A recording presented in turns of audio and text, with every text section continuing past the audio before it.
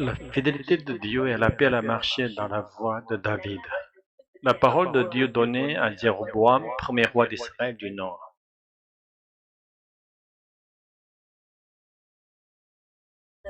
En Roi 11, 38, si tu obéis à tout ce que je t'ai commandé, si tu marches dans mes voies et fais ce qui est droit à mes yeux, si tu gardes mes statuts et mes commandements comme l'a fait mon serviteur David, je serai avec toi, je te bâtirai une maison stable comme j'allais bâtir une pour David et je te donnerai Israël.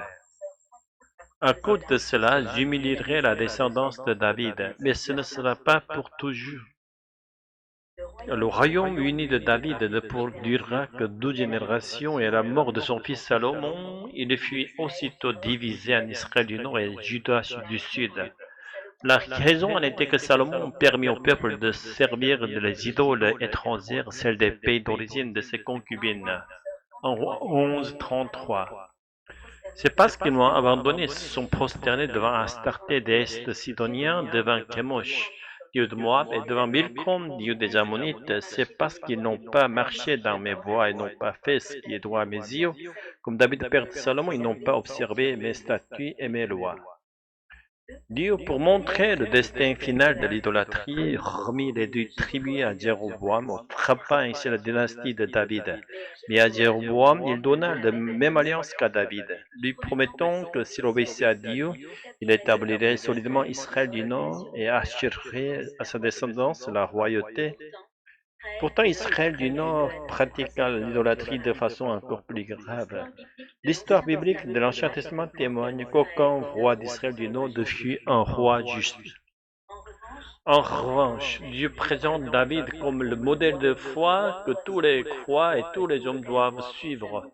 Certes, nous savons qu'il commis un péché grave et Dieu lui pardonna et continua de le considérer comme un homme de foi injuste, car David reconnut son péché et se repentit et revint à Dieu.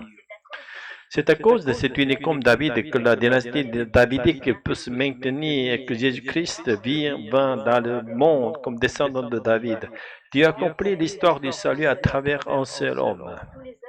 Tous les hommes sont descendants d'Adam, mais tous ne peuvent pas être descendants charnels de David.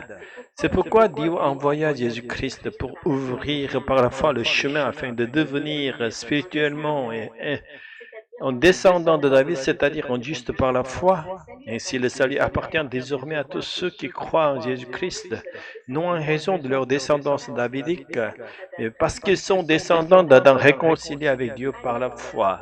Alléluia, Amen.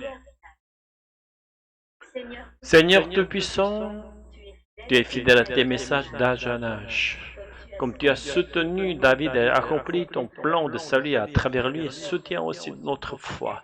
Aide-nous à rejeter toute forme d'idolâtrie, à marcher dans tes voies avec un cœur entier, que nous soyons trouvés justes par la foi en Jésus-Christ, afin que notre vie reflète ta gloire et que ton nom soit élevé. Au nom précieux de Jésus-Christ, nous prions. Amen.